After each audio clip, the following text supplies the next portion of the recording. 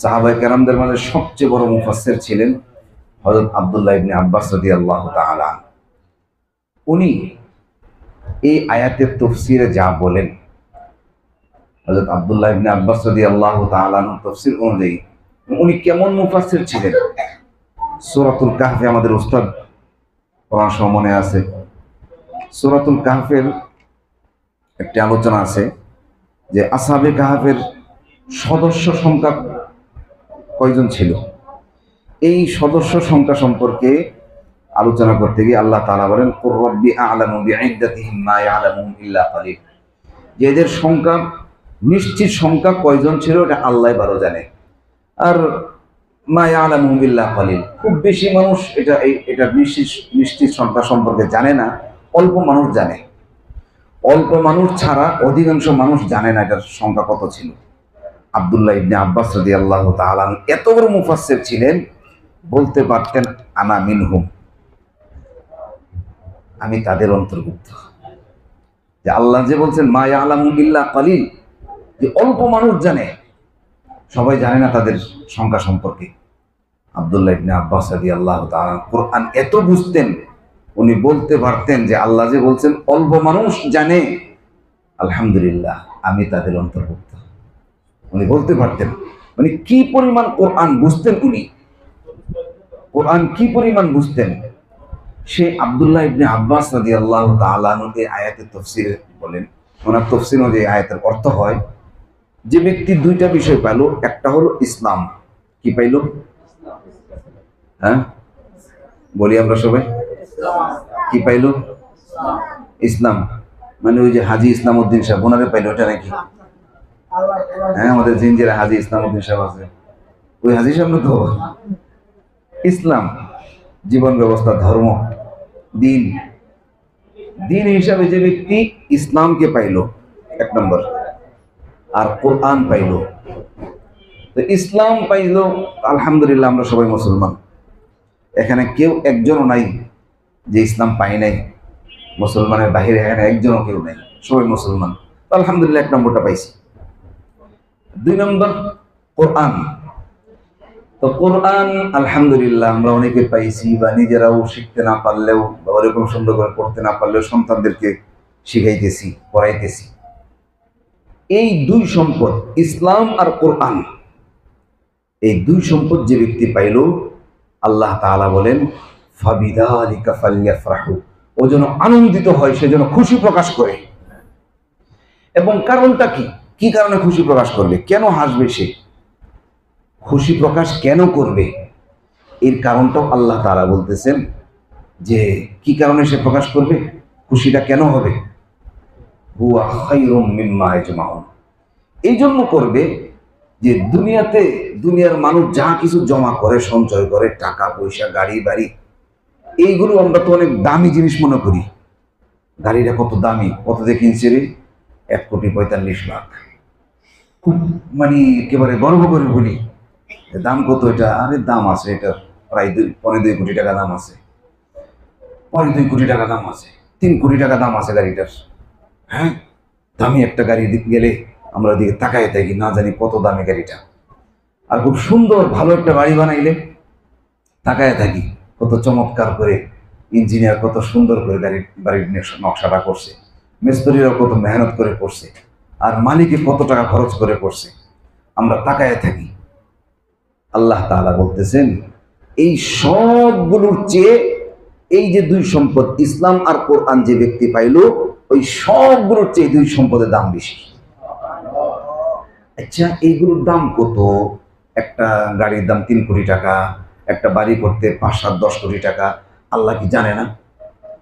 কি বলেন, জানে না? 10 কোটি টাকার আসলে কেমন, 5 কোটি কেমন, 10 কোটি টাকা কামাইতে কেমন কষ্ট লাগে, কিভাবে উপার্জন করতে হয়, আল্লাহ কি জানে না? এটা ভালো করেই জানে, খুব ভালো করেই জানে। আল্লাহ তাআলা জানে খুব ভালো করে। হ্যাঁ, কিন্তু এগুলো আল্লাহর কাছে যারা পরিমাণ দাম নাই।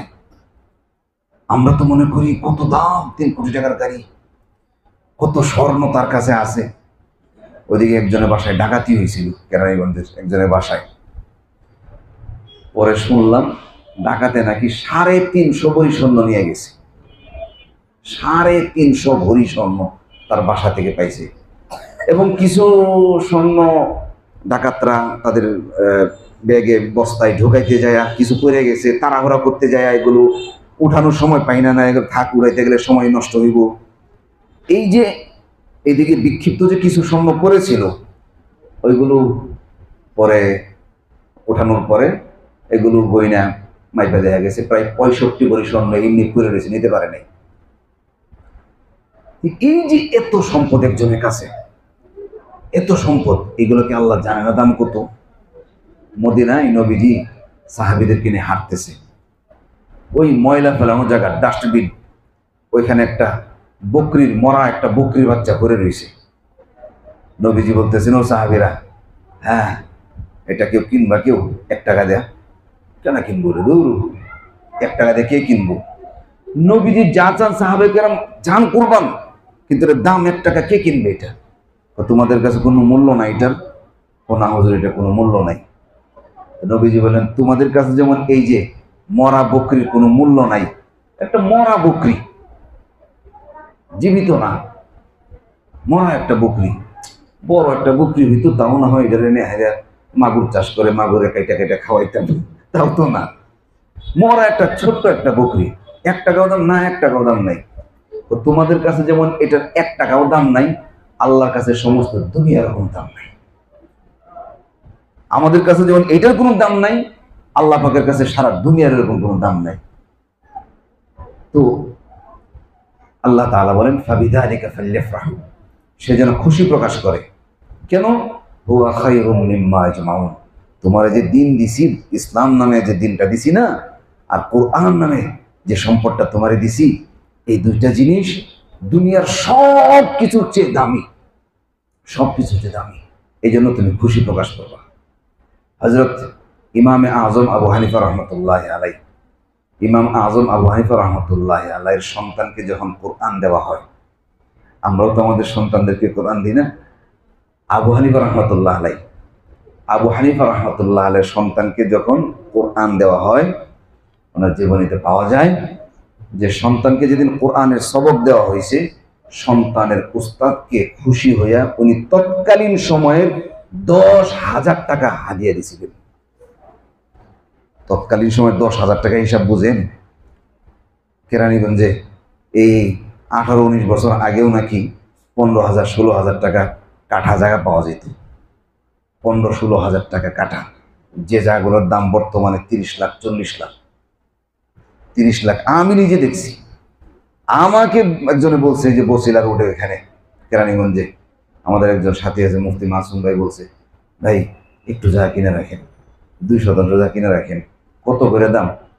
30 লাখ টাকা করে শতাংশ, বর্তমানে কোটি টাকা দাম। এই 19 বছর আগে বর্তমানে কোটি টাকা দাম, 30,000 টাকা। আমি রাগ হইতাম, ধর এখানে কেউ জায়গা কিনে, সেই জায়গা বর্তমানে কোটি টাকার মতো শতাংশ। বসিলা মেন রোডে নাই, জায়গা নাই। আর সেই প্রায় 1400 বছর আগে আবু হানিফা রহমতুল্লাহ আলাইহি সাহাবীদেরকে পাইছেন, বেশ কয়েকজন সাহাবীকে পাইছেন, প্রায় 1400 বছরের মতো হয়ে যায়। এত বছর আগে ওনার সন্তানকে যখন কোরআনের প্রথম সবক দেওয়া হয়, উনি খুশি প্রকাশ করতে যায় যে আল্লাহ তাআলা বলছেন খুশি প্রকাশ করার জন্য আমার সন্তানকে কোরআন দেওয়া হইতেছে, তার উস্তাদকে 10,000 টাকা তৎকালীন সময়ের হাদিয়া। কল্পনা করা যায়? কল্পনা করা যায়? এই জন্য আমরা যারা আছি, আমাদের সন্তানরা যারা পড়তেছে, আপনাদের সন্তানরা যারা কোরআনের সবক নিতেছে, সামনে নিবে, নিঃসন্দেহে আপনারা ভাগ্যবান, আপনাদের বুদ্ধি অনেক ভালো। এরা যারা কোরআন পড়তেছে, কোরআন পাইতেছে, কোরআন পড়তেছে, এটা আল্লাহ তাআলার কুদরতি হাতে বাছাই করা। এরা আল্লাহ তাআলার কুদরতি হাতে বাছাই করা।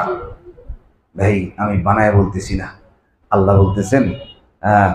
বলতেছেন যে সুম্মা আওরাসনাল কিতাবাল্লাযীনা ইসতাফাইনা মিন ইবাদিনা, আমার বান্দাদের থেকে কিছু বান্দাকে আমি বাছাই করি, আমার সকল বান্দাদের থেকে কিছু বান্দাকে আমি বাছাই করি। কিসের জন্য? আমার কালামের ওয়ারিসানা দান করুন তারে, এই জন্যে আমার কালামের ওয়ারিসানা দান করুন এই জন্যে। হুজুর মাঝে মাঝে তো একেবারে কোরআনওয়ালা যারা আছে সবাই যে একেবারে 100% খুব ভালো এমন তো না, মাঝে মাঝে তো তাগত থেকেও কিছু উল্টা পাল্টা আমল প্রকাশ পাওয়া যায় না? আল্লাহ বলতেছে, এটা বলতেছে ফামিনহুম যালিমুন লিনাফসি ওয়া মিনহুম মুকতাসিদ ওয়া মিনহুম সাবিকুম বিল খায়রাতি বিইজনিল্লাহ। হয় এগুলোর মধ্যে ভালো মন্দ মিলে আছে। তো তারপরে এরা কোরআন পাইলো কে? আল্লাহ এদেরকে বাছাই করলো কে? আল্লাহর দিলে, আল্লাহর কুদরতি অন্তরে, আল্লাহর অন্তরে ভালো লাইগা গেছে এদের ব্যাপারে, এই জন্য দিছে। আল্লাহর অন্তরে যদি কারো ব্যাপারে ভালো লাইগা যায়, আমি কে বলার? আল্লাহ পাকে সিদ্ধান্ত কাউকে জান্নাত দিবেন, কিচ্ছু করার নাই, কিচ্ছু করার নাই। আল্লাহ পাকে সিদ্ধান্ত, আল্লাহ জান্নাত দিবেন। সারা জীবন খারাপ কাজ করছে, সারা জীবন কিফিল সারা জীবন খারাপ কাজ করছে, কিন্তু আল্লাহ পাকে সিদ্ধান্ত পরে জান্নাত দেওয়ার পরে জান্নাতি বানানোর আল্লাহর সিদ্ধান্ত। দুনিয়ার সবাই জানে খারাপ, তার আত্মীয় স্বজন জানে খারাপ, তার ভাই বোন জানে খারাপ, তার মা বাবা জানে খারাপ, তার সবাই জানে সে খারাপ, সমাজের মানুষ সবাই জানে খারাপ, মরলেও জাহান্নামে যাইব যে কাজ করছে।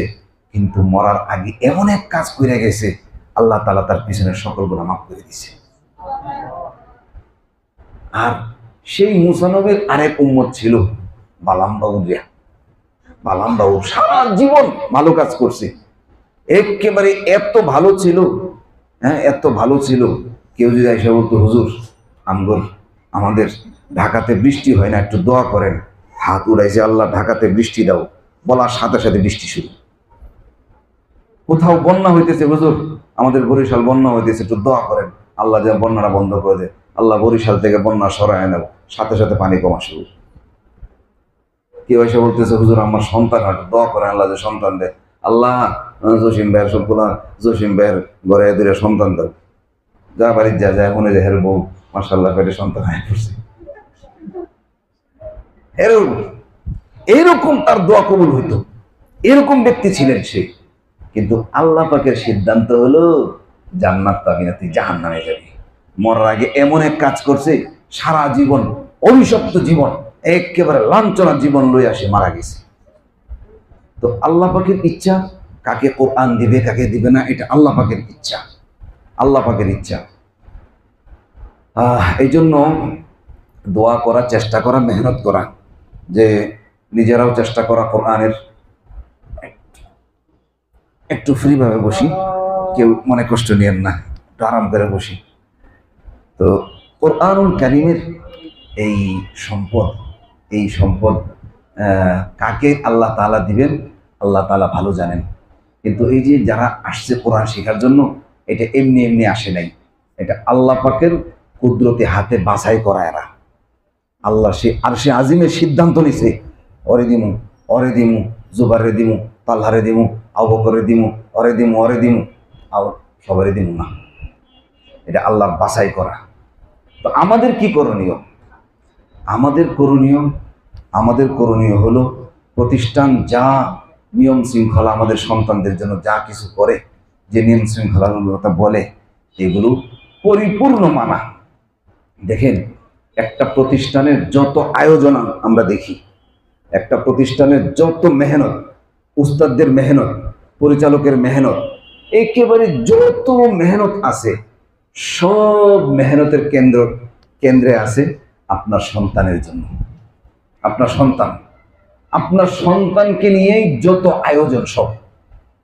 এই মাসে মাসে একটু মাহফিলের ব্যবস্থা করা, একটু কথাবার্তা বলার ব্যবস্থা করা, সপ্তাহে একটু জলসা করা, এই যে যত কাজ, যত মেহনত, যত এরকম প্রাতিষ্ঠানিক যত মেহনত আছে, সব কিছু উদ্দেশ্য কি?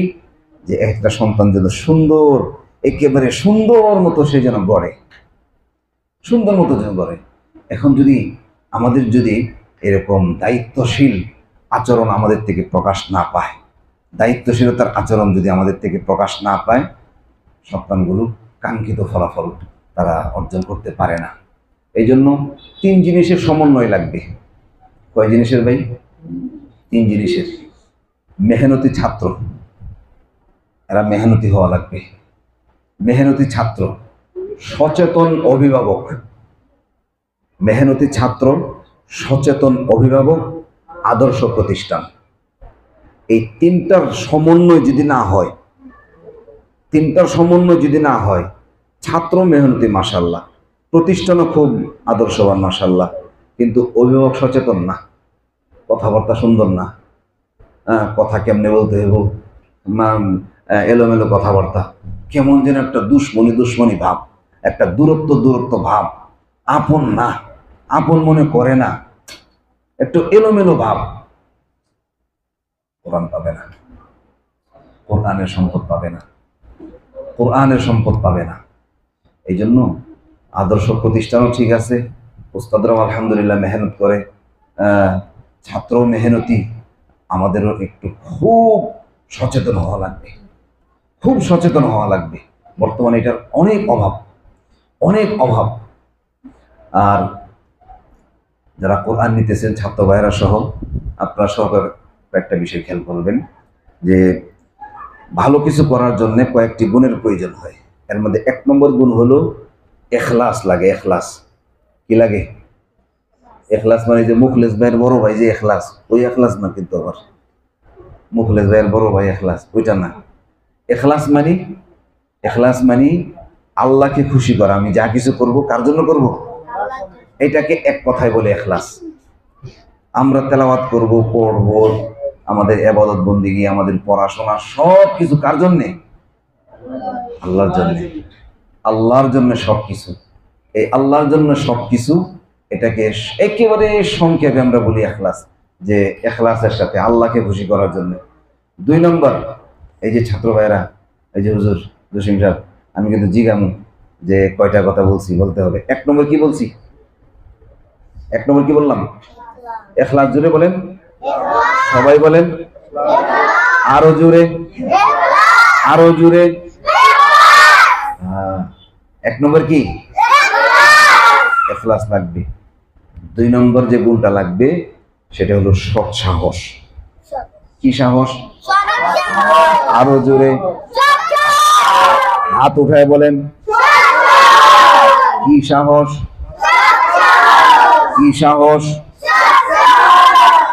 সৎ সাহস লাগবে, যে আমি পারবো, এই সাহসটা লাগবে। অনেকে আছে করে কি, একটু করে পারে না, বাবা আমি করুন না, কেন আমি পারি না, এত করে মনে থাকে না। না, ওর সাহস নাই, ওর সৎ সাহস লাগবে। সৎ সাহস যদি থাকে কি হয় জানেন? ভূত আছে না, ভূতের নাম শোনেন না? ভূত, যার সৎ সাহস আছে, ভূতে ওরে ভয়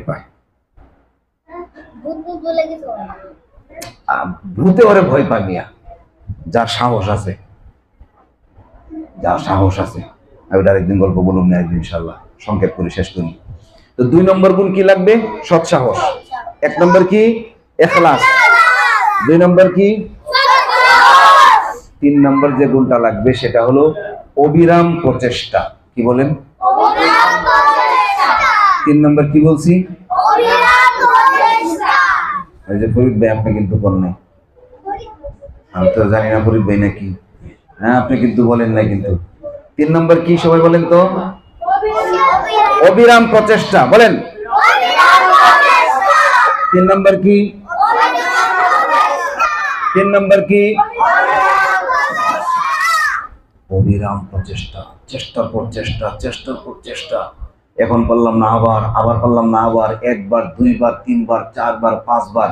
ও যে একটা কবিতা আছে, কি জানি, 1 বার না পারিলে দেখো কতবার, 100 বার না পারিলে দেখো 1000 বার, 1000 বার না পারিলে দেখো কি বলে, 1,00,000 বার। পারিব না এই কথাটি বলিও না। 1 বার না পারলে দেখো 100 বার, 100 বার না পারলে দেখো 1000 বার, 1000 বার না পারলে দেখো 1,00,000 বার। তারপর ওই কথা বললো না যে আমি পারি না। অবিরাম প্রচেষ্টা। কয়টা বলছি? 3টি কথা বলছি। একটা বলছি এখলাস লাগবে, 2 নম্বর সৎ সাহস লাগবে, 3 নম্বর অবিরাম প্রচেষ্টা। 4 নম্বর কথা শেষ। 4 নম্বর লাগবে 3 জিনিসের আদব। কয় জিনিসের আদব? কয় জিনিসের আদব? 3 জিনিসের আদব। এটা হলো 4 নম্বর কথা। এটা 1 নম্বর ইখলাস, 2 নম্বর সৎ সাহস, 3 নম্বর অবিরাম প্রচেষ্টা, 4 নম্বর 3 জিনিসের আদব। 4 নম্বরটা কি? 3 জিনিসের আদব। 4 নম্বর হলো 3 জিনিসের আদব। 3 জিনিস কি কি আমার সাথে বলেন? ওই রুল ভাই আপনি কথা বলতেছেন, দেখতেছি কথা বলবেন না। আমি এদিকে তাকান, হ্যাঁ আমার দিকে তাকান। 3 জিনিসের আদব লাগবে। কয় জিনিসের? আমার সাথে বলেন, যা কিছু করতেছি তার আদব, যেখানে পড়তেছি তার আদব, যার নিকট পড়তেছি তার আদব। কয় জিনিসের আদব হইল? যা কিছু পড়তেছি, আমরা কি পড়তেছি? কোরআনের আদব রক্ষা করে চলতে হবে। এরপরে আরো বিষয় আছে, বাংলা পড়ি, অঙ্ক পড়ি, ইংরেজি পড়ি, আরো কত কিছু পড়ি না? ওইগুলোর আদব রক্ষা করতে হবে।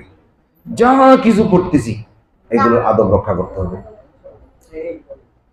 এমনকি এগুলোর মাধ্যম যেগুলো আছে সেগুলোকেও সম্মান করতে হবে। কাগজ, কলম, কালি এগুলোকেও সম্মান করতে হবে।